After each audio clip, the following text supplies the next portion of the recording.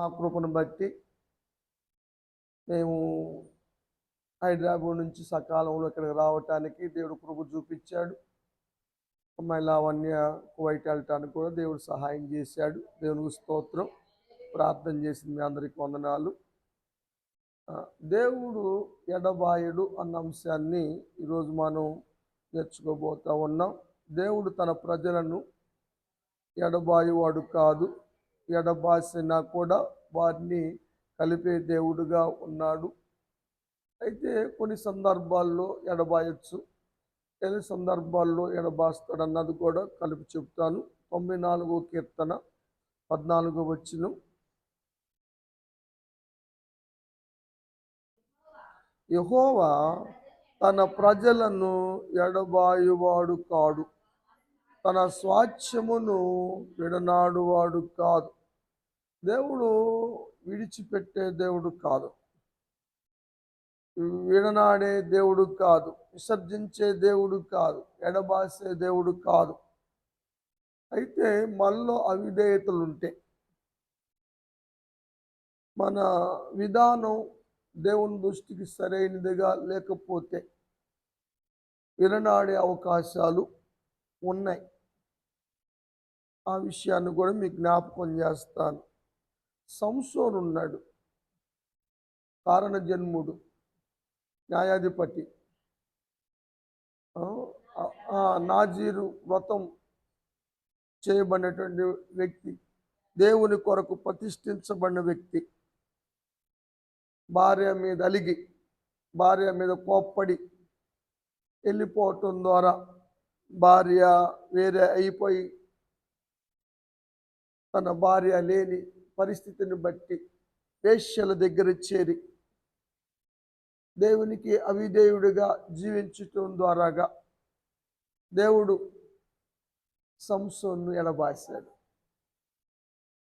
ఇంకో గొప్ప విషయం ఏంటంటే, దేవుడు ఎడబాసిన సంగతి కూడా సంసోనుకు తెలియటం లేదు, తెలుసుకోలేకపోయాడు.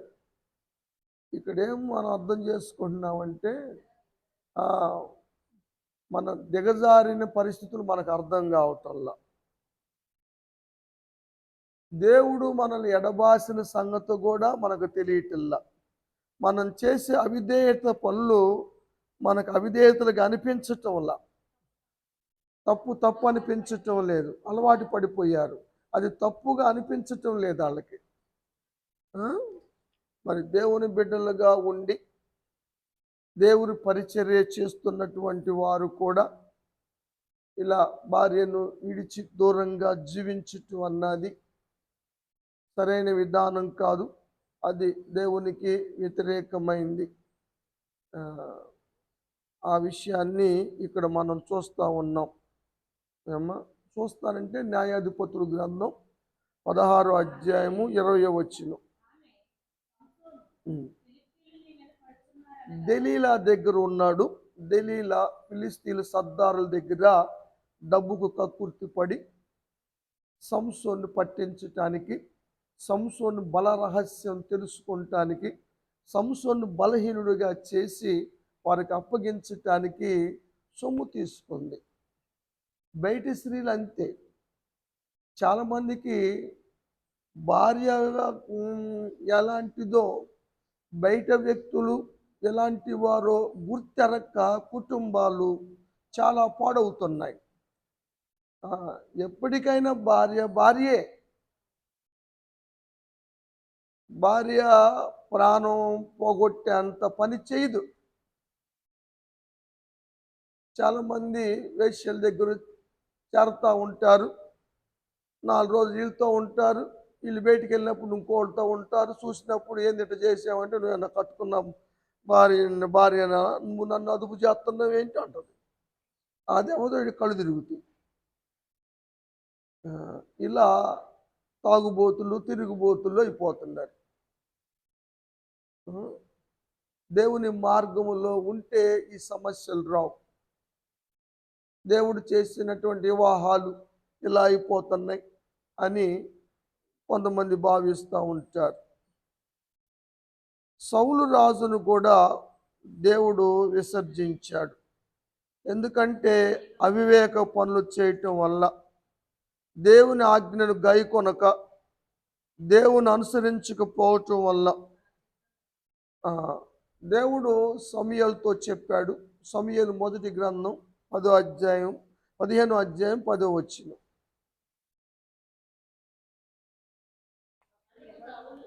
ఆ, ఆ. దేవుని యొక్క వాక్కు సమూయేలుకు ప్రత్యక్షమై చెప్తా ఉంది, సౌలు నన్ను అనుసరించటం లేదు, నన్ను వెనక తీశాడు, నా ఆజ్ఞలను గైకొనటం లేదు. కాబట్టి అతను విసర్జిస్తే నేను విసర్జించడం తప్పే ఉంది. కాబట్టి అతడు నన్ను విసర్జించాడు, నేను విసర్జిస్తా.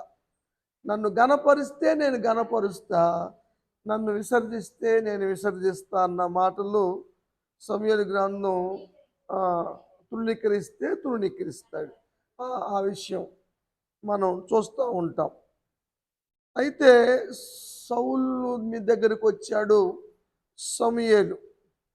వచ్చి ఏమయ్యా, ఏంటి నీ పరిస్థితి అని అడగటానికి వస్తే సౌలు అంటాడు 13వ వచనంలో, సమూయేలు సౌలు దగ్గరికి వచ్చినప్పుడు ఈయన ఆయన దీవిస్తున్నాడు. అయ్యా, నేను దేవుని యొక్క ఆజ్ఞను నెరవేర్చాను. దేవుడు చెప్తున్నాడు, సౌలు నా ఆజ్ఞలు పాటించటం లేదు, నన్ను అనుసరించటం లేదు, ఆజ్ఞలు గైకొనటం లేదు, నన్ను విసర్జించాడు, నేను విసర్జిస్తున్నానని దేవుడు చెబుతా ఉంటే ఈయన అంటాడు, నేను విసర్జించలేదు, ఆజ్ఞలు పాటించాను, గైకొన్నాను అని చెబుతున్నాడు. ఇది ఒక బిల్డప్, చేయకపోయినా చేసినట్లుగా. ఇది క్రైస్తవ జీవితంలో పాదుకుపోయిన ఇలాంటి మనస్తత్వాలు, విధానాలు సైతాను భ్రమలో బతికేస్తున్నారు. తప్పులు చేసి కూడా తప్పులు చేయనట్లుగాను, దేవుని యొక్క ఆజ్ఞలు పాటించిన వారుగాను, దేవుణ్ణి విసర్జించిన వారుగాను తాము మోసపరుచుకుంటున్నారు. దానివల్ల నష్టపోయేది ఎవరు? అలాంటి స్వభావాలు మంచివి కాదండి. అర్థం అవుతుందిరా? నేను 5ంటికి హైదరాబాద్ వెళ్ళాను, బయలుదేరి ఇక్కడి నుంచి 9:30 హైదరాబాద్ వెళ్ళాను. కొంచెం మరి ఫ్లైటు దగ్గరికి వెళ్ళటానికి కొంచెం టైం పట్టింది. సామాన్లన్నీ తీసడానికి ఎవరు మనుషులు లేకపోతే కొంచెం ప్రార్థన చేసుకొని దేవుని ఏర్పాటును బట్టి అమ్మాయిని ఎక్కించి రావటానికి మళ్ళీ వెంటనే అమ్మాయి లోనికి వెళ్ళిన తర్వాత మళ్ళీ వచ్చా. చాలా బడలిగ్గా ఉంది, మగతగా కూడా ఉంది. కొంచెం అర్థం చేసుకోండి అమ్మ, ఏం చెప్తానో కూడా మరి మీరే అర్థం చేసుకోవాలి. నడిపింపు ఎలా వస్తుందో నాకు తెలియదు. దేవునికి స్తోత్రం. ఎందుకంటే దేవుని యొక్క వాక్యం మాట్లాడినా కూడా ఏలు పక్క వాళ్ళకు చూపిస్తున్నారు, తాము చూపించుకోవట్లేదు. ఇది మాకు కాదులే, వాళ్ళకిలే, ఈ వీళ్ళకిలే అనుకుంటున్నారు, కానీ ఇది దేవుడు నాతో మాట్లాడిన మాట అని అనుకోలేకపోతున్నారు. దానివల్ల నష్టాలు జరుగుతున్నాయి. దేవుని కృపను పోగొట్టుకుంటున్నాడు. దేవుడు ఇచ్చే ఆశీర్వాదాలు సాతాను దొంగిలి ఇచ్చేస్తున్నాడు. నిజం, మీరు గమనించలేకపోతా ఉన్నారు. ఆ విషయాన్ని గమనించవలసిందిగా మీకు నేను చెబుతా ఉన్నాను. సమూయేలుకి కోపం వచ్చింది. అంటాడు, నువ్వు మాట్లాడవలసిన పని లేదు, రాత్రి దేవుడు నాకు తెలియజేశాడు. 16 వచ్చినమ్మ. అరే బాబు సౌలు, మాట్లాడ మాకు. రాత్రి దేవుడు నాకు చెప్పాడు, నీ జీవితం ఏంటో, నువ్వు అనుసరించటం లేదు కదా. దేవుడు తెలియజేస్తాడు. ఎవరి ప్రవర్తన ఎలాగుందో కూడా కొన్ని విషయాలు దైవజనులకు తెలియజేస్తూ ఉంటాడు. ఎందుకంటే వాడిని కించపరచటం కోసం కాదు, వాడిని దెప్పి పొడవటం కోసం కాదు, వారిని గాయపరచటం కోసం కాదు, వారు సరిచేసుకొని దేవుని రాజ్యానికి వెళ్ళే మార్గంలోకి నడిపించటానికి విశ్వాసులే కాదు, దైవజనులైనా సరే. ఎన్ని సంఘాలు కట్టాడు సౌలు గారు పౌలుగా మారి, ఆ? కదా, ఎన్ని పత్రికలు రాశాడు అమ్మా, పత్రికలు రాశాడు కదా, కాపుర పత్రికలు కూడా రాశాడు. అలాంటి ఆయన మరి ఆత్మతో వెళ్ళాడో శరీరంగా వెళ్ళాడో అర్థం కాని పరిస్థితుల్లో మూడో ఆకాశానికి వెళ్ళాడు, పరదేశంలో మాటలు విన్నాడు. దీన్ని బట్టి అతిశయపడతాడేమో, హెచ్చించుకుంటాడేమో అని దేవుడు హెచ్చిపోకుండా ముళ్ళు పెట్టాడు. కాబట్టి మనం ఎప్పుడైతే హెచ్చించుకుంటామో తగ్గించబడతాం. ముళ్ళు వస్తాయి, శోధనలు వస్తాయి, అనుకున్నవి జరగవు. మన ఆశిదాలు మనమే చేతులారా పోగొట్టుకుంటాం కదా. వారు ఆ సత్యాన్ని గమనిస్తే మనం దూరపరుచుకునేవాళ్ళు కాదు. దానివల్ల సాతానికి ఎంత అవకాశం ఇచ్చినట్లు అవుతుంది. ఆ విషయాన్ని గమనించాలి. ఇంకొక మాట కూడా చెప్పాడు, అరే బాబు రాజుగారు సౌలు గారు, నీ దృష్టికి నువ్వు ఎలా ఉండవు తెలుసా? ఒకప్పుడు నువ్వు అల్పుడుగా ఉన్నావు, దేవుని దృష్టికి అల్పుడుగా ఉన్నావు, కానీ దేవుడు నిన్ను రాజుని చేశాడు. దానికి ఎలా ఉండాలి నువ్వు, ఎలా జీవించాలి నువ్వు, ఎంత భక్తి కలిగి ఉండాలి, ఎంత భయం కలిగి ఉండాలి, దేవుని ఆజ్ఞలు పాటించాలి కదా. కానీ నువ్వేమో చేయటం లేదు. 19వ వచ్చిన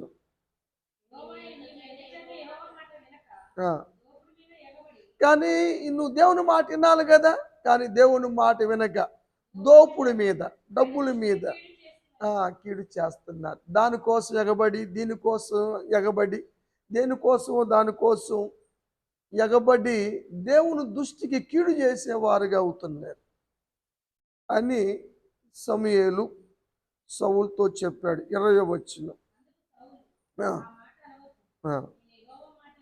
ఇప్పటికైనా సరే దేవుడు హెచ్చరిక చేసినా సరే, దేవుడు మాట్లాడినా సరే, అబ్బాయి కూడా ఉంటే అర్థమైంది. అమ్మాయి కొట్టే ఉండటం వల్ల ఏం తెలుస్తుంది పాపం కదా. మరి అందుకనే దైవజనులు కూడా చెప్పిన మాట ఏమిటంటే, నిన్ను నువ్వు బోధించే నువ్వు బోధించుకోవా అని దేవుడు చెప్పాడు. ఎవరిని వదిలిపెట్టేది లేదు. నేను పెద్ద గొప్ప నేనేం కాదు, మీరేం తక్కువ వాళ్ళని కాదు, మీలోనో ఫాల్ట్లు ఉన్నాయని, నాలో ఫాల్ట్లు లేవని ఏమీ లేదు. ఎంత ప్రార్థనా పరుడు దావీదు, ఎలాంటి పరిస్థితులు ఎదురైనాయి, ఎంత స్తుతించేవాడు.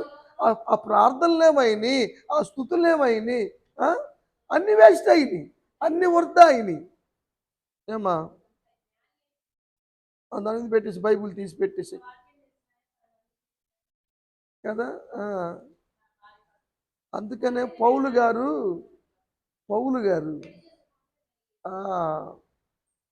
తను శరీరాన్ని శిక్షించుకునేవాడంట. శరీర కోరికలు కలక్కోకుండా తాను శిక్షించుకునేవాడంట. ఈ వాక్యాన్ని విన్నటువంటి మన వ్యవస్థాపకులు అజరయ్య గారు రాత్రులు కొడతా కొట్టుకునేవాడు. అందుకని 70 సంవత్సరాల దాకా పెళ్లి చేసుకోకుండా ఉండగలిగాడు ఆయన. తర్వాతనే పెళ్లి చేసుకోలేదు, కానీ ఆమెను దగ్గరికి తీసి ఆమెను అల్లా పాలు చూశాడు. ఆఫీస్ అమ్మాయినా నిజంగా. కాబట్టి ఎవరు అతీతులు కాదు, ఆ సత్యాన్ని మీరు గమనించండి. ఎన్ని పొరపాట్లు చేస్తున్నా నేను పొరపాటు చేశాను అని అనుకోలేకపోతున్నారు, ఒప్పుకోలేకపోతున్నారు. ఒప్పుకోవటానికి మరి ఏం అడ్డం వస్తుందో నాకు తెలియటం లేదు, కానీ దానికి పెట్టేశారు పేరు కూడా, ఈగో దెయ్యమా. ఇదేదో బాగుందిరా. ఇక ఎన్ని ఏంటయ్యా కథలు చెబుతావు, అరుపులేంది, ఆ కేకలేంది, నువ్వు దేవుడు మాటింటే అంటే దేవుడికి అర్పణ తీసుకొచ్చాను, గొర్రెల్ని తీసుకొచ్చాను అన్నాడు. అరే బాబు, నీ అర్పణల కన్నా నువ్వు చేసే ప్రార్థనల కన్నా, నువ్వు చేసే దేనికన్నా యెహోవా మాట ఆలకించటం శ్రేష్టం. శ్రేష్టమైన వదిలేసి అది చేసాం, ఇది చేసాం, ఇంత చేస్తున్నాం, ఎందుకయ్యా అయ్యి? నువ్వు దేవుని ఆజ్ఞ పాటించి ఏదన్నా చేయి, దానికి ప్రతిఫలం ఉంటుంది. కానీ ఆజ్ఞలు పాటించుకోండి, అది చేశాను ఇది చేశానంటే వేస్ట్. నీ అర్పణలు దండగే, నీ ప్రార్థనలు దండగే, నువ్వు ఏం చేసినా దండగే, వ్యర్థమే కదా. ఇంతగా చెబితే చివరికి లైన్లోకి వచ్చాడు. 24వ వచనం చూద్దాం.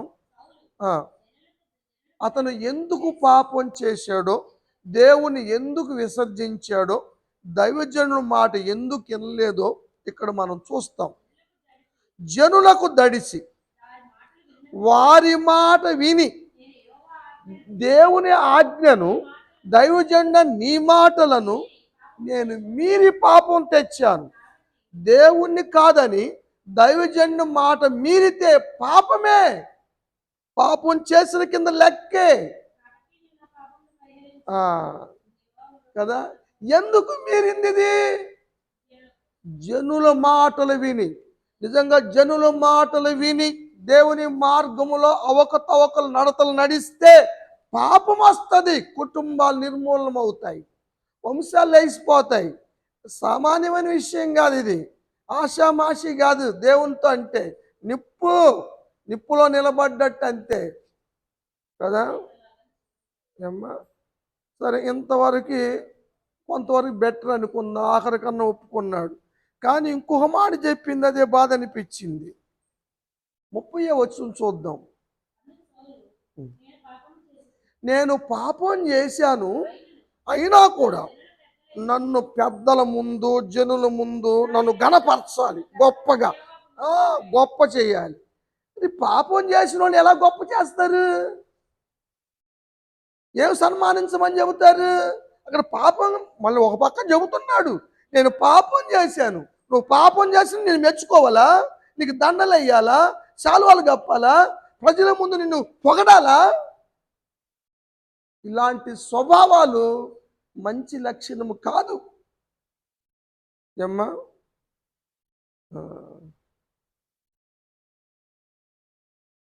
అప్పుడు ఇద్దరు విడిపోయారు. దైవజనుడు, సౌలు విడిపోయారు. మరలా వాళ్ళు కలుసుకోలేదు. పాస్టర్ గారు కూడా వెళ్ళలేదు. కానీ కడుపులో ప్రేమ ఉంది. ప్రేమ వదులుకోలేక ఆయన దుఃఖపడతా ఉన్నాడు. అరే రే రే, ఇది ఎంత పని అయింది, నా చేతులతో నేను అభిషేకించి అతని రాజుగా చేసి దేవుని మాటలు చెప్పి ఎంత ఉన్నతగా తీసుకొస్తే ఇలా చేసేదేంది అని బాధతో దుఃఖంతో ఉంటే దేవుడు వచ్చాడు. వచ్చి అంటాడు, సమూయేలు, అరే వాడిని నేనే విసర్జించానయ్యా, ఆ సౌలుని నేను విసర్జించా, నువ్వెందుకు దుఃఖపడతా? నువ్వెందుకు ఎంతకాలం ఇలా దుఃఖపడతా? అల్లే లేచి వాడు బదులు ఇంకొకడిని ఏర్పాటు చేసుకో. లోకమేనా గొడ్డుపోయిందా? పెళ్ళిళ్ళ విషయాలు అంటారు. నీది కాకపోతే నీ జేజం చేసుకో, ముసలం చేసుకుంటారా ఏదో అంటారు కదా. నీ తాతను చేసుకుంటాను, నీ జేజం చేసుకుంటాను అంటారు. ఏందో లోకమేం గొడ్డుపోయిందా అంటారు. ఎవరికైనా అంతేగా, ఎవరికైనా అంతేగా. సౌలు కాకపోతే ఇదిగో నా ఇష్టానుసారుడు వచ్చాడు, వీడు కాకపోతే వాడు. దేవుని చిత్తములో ఉంటే దేవుడు మొదటిగా స్థిరపరచాలనే అనుకున్నాడు, బలపరచాలే అనుకున్నాడు. దేవుని ఉద్దేశాలు పాడు చేసుకుంది ఎవరు కాళ్ళే. దేవుడు నీ పట్ల మంచి తలంపులే ఉన్నాయి. దేవుడు ఎల్లప్పుడూ మంచివాడు. ఆల్వేస్ సో గుడ్, మామూలు గుడ్డు కాదు, బాతుగుడ్డ. ఆల్వేస్, ఎల్లప్పుడూ దేవుడు మంచివాడే, అందరికి ఉపకారే. కానీ మనమే చేతులారా పాడు చేసుకుంటున్నాం. అలాంటి విధానం నాలో ఉన్న, నీలో ఉన్న సరి చేసుకోవటం మంచిది. వలాయిల్లో ఉన్న ఎవరైనా దిద్దుకోవటం మంచిది. దానివల్ల దేవుని మేలు పొందుకునే అవకాశం ఉందని దేవుని యొక్క వాక్యంలో మనం చూస్తూ ఉన్నాం. దేవుడు విసర్జించిన తర్వాత ప్రార్థన కష్టకాలములో ప్రార్థన చేశాడు. 28 అధ్యాయంలో దేవుడు మాట్లాడలేదు, ప్రార్థనకి జవాబు లేవు, మాట్లాడటం లేదు. ఆ, ఆ, ఆ. సౌలుకి అర్థమైపోయింది. ఏం అర్థమైంది అంటారు?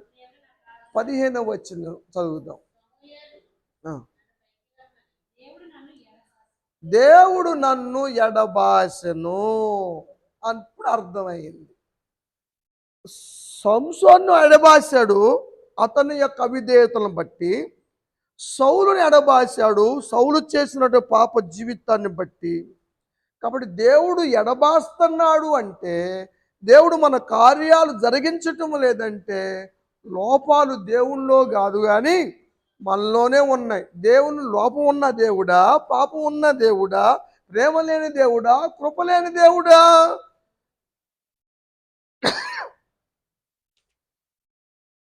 17వ వచనం.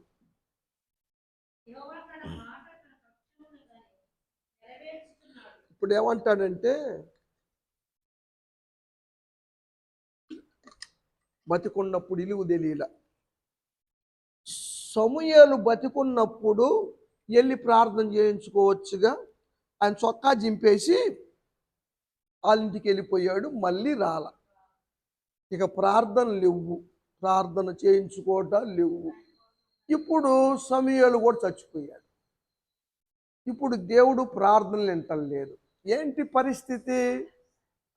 అక్కడికి వెళ్ళి సమూయేలు రమ్మను, సమూయేలు రమ్మను అని అడుగుతా ఉన్నాడు.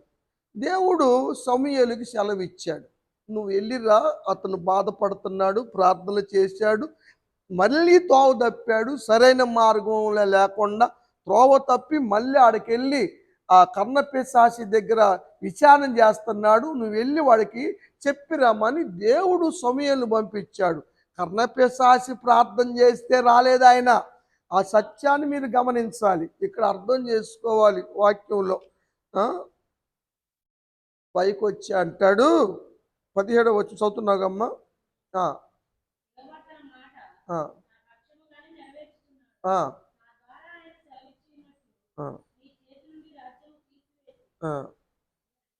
యెహోవా నిన్ను ఎడబాసి నీకు పగవాడు కాగా. 16. యెహోవా నిన్ను ఎడబాసి నీకు పగవాడు కాగా. నన్ను అడిగితే సుఖమే ఉంది, నేనేం చేస్తాను, మా కార్యాలు అవ్వటం లేదు, మా పనులు అవ్వటం లేదంటే దైవజనుడు ఏం చేస్తాడు? పగంతా దేవుని దగ్గర పెట్టుకున్నారు మీరు, దేవునికి అవిధేయమైన కార్యాలు చేస్తున్నారు, దేవునికి వ్యతిరేకంగా జీవిస్తున్నారు, దేవుని యొక్క ఆజ్ఞ పాటించటం లేదు, అనుసరించి నడవటం లేదు. మీరు అలా చేస్తా నన్ను అడిగితే సుఖమేంది? దేవుణ్ణి పగవాడిగా చేసుకుంటారా? దేవుడే పగవాడైపోయాడు, నేనేం చేయలేను. అయినా నువ్వు పిలిచావు కాబట్టి చదువమ్మ.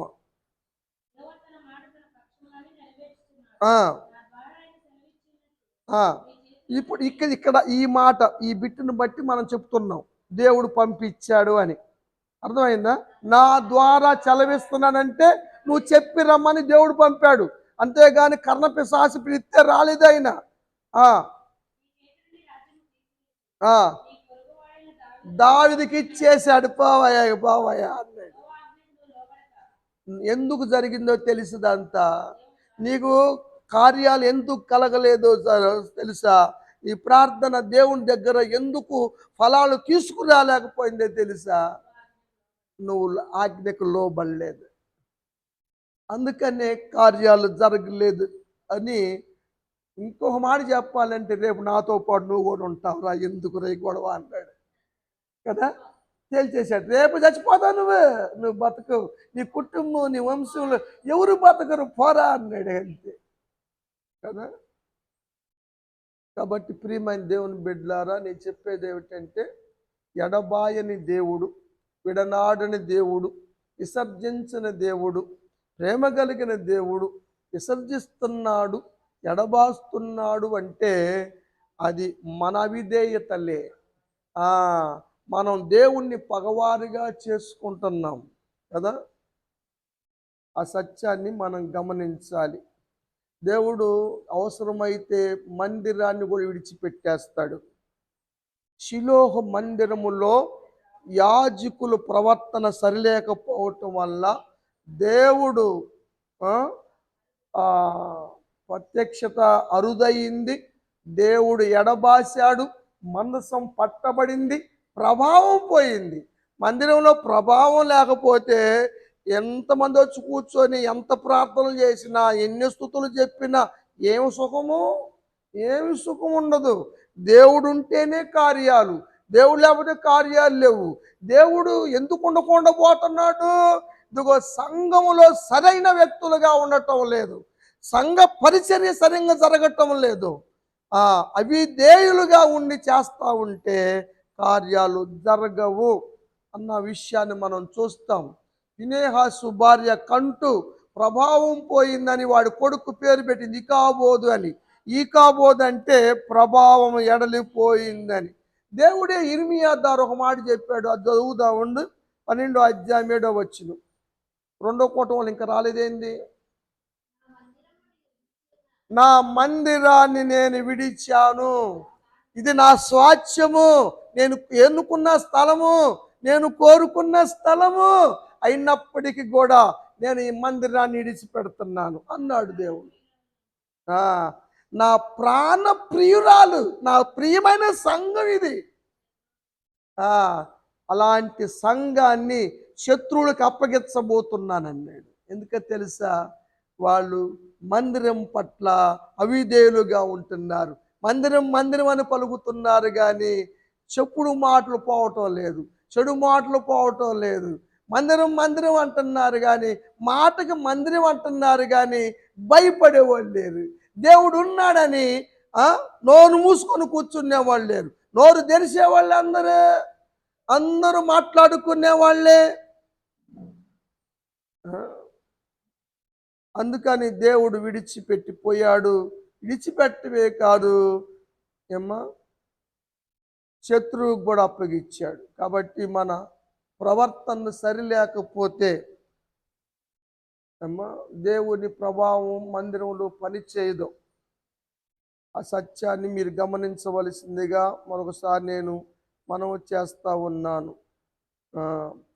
పాపాన్ని మనం లక్ష్య పెట్టి మనం ఎంత ప్రార్థన చేసినా అది వ్యర్థమే అని దావీదు గారు కీర్తనలో రాశారు. 66 కీర్తన 18వ వచనం.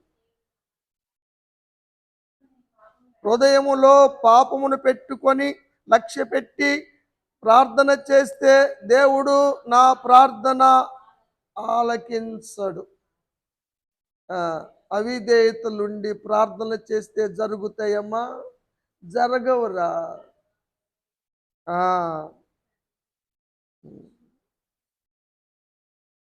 మనం సరిగా ఉండి సరైన రీతిగా ఉండి దేవుని యొక్క మార్గంలో నడుస్తూ చక్కగా ప్రార్థన చేసుకుంటే ఎడబాసిన వారిని కూడా దేవుడు, ఎడబాయబోయే వారిని కూడా దేవుడు కలుపుతాడు. యోసేపు నీతిమంతుడుగా ఉన్నాడు. మరియ కన్య, మరియ పురుషుని ఎరగని స్త్రీగానే ఉండిపోయింది, పవిత్రురాలుగా ఉంది. కానీ ఆమెకు కలిగిన గర్భాన్ని బట్టి అనుమానం వచ్చి వాళ్ళ మాటలు వీళ్ళ మాటలు చెవుని పడి భార్యను ఎడబాయాలి, విడిచిపెట్టాలి అని అనుకున్నాడు నీతిమంతుడైన యోసేపు. దాని గురించి దేవుడు కలుగు చేసుకున్నాడు. మత్తయి గారు రాశారు, చూద్దామండి. 1వ అధ్యాయం 19వ వచనం. భర్త అయిన యోసేపు ఎవరు? నీతిమంతుడు, తన నీతిని కాపాడుకున్నవాడు. ఎక్కడ కనపడిందో తెలుసా నీతి? అతని యథార్థత. నా తప్పేం లేదు, మరి ఇదే తప్పు, నేను ఆమెను అసలు అంటుకోలేదు, ముట్టుకోలేదు. ఆమె తప్పు చేసింది, పాపం చేసింది, బిడ్డ పుట్టాడు, గర్భవతి అయింది అని అనలేదు, నింద మోపలేదు. కదా. మంచివాడు ఎదుటోళ్ళని ఏలెత్తి చూపలేడు, కానీ చెడ్డోడు ఏళ్ళు మొత్తం చూపిస్తాడు మంచోడు వైపు. ఇది లోకనైజం కదా. ఆమెను అవమానపరచటానికి ఇష్టపడలేదు కదా. అవమానపరచవచ్చు. ఆ అమ్మాయి ఈయన కానీ ఆ మాట అంటే రాళ్ళు తీసుకొని కొట్టి చంపేసేవాళ్ళు మరి ధర్మశాస్త్ర ప్రకారంగా. అలాంటి నేరము ఆమె మీద మోపకోకుండా, తప్పు ఏదైనా ఉంటే నా మీదే మోపుతారులే, నేను వెళ్ళిపోయాను అనుకో, ఈడే ఏదో చేసి వెళ్ళిపోయి ఉంటాడని ఆ తప్పు నా మీద పడిద్ది కదా. తప్పులు ఎత్తి చూపటం కాదు, తప్పులు బరాయించడం నీతిమంతుల లక్షణం కదా. తప్పులు ఎత్తి చూపించడం గొప్పతనం కాదు, తప్పులు సరి చేసుకోవటం గొప్పతనం, తప్పులు భరించిన గొప్పతనమే. చదువమ్మా.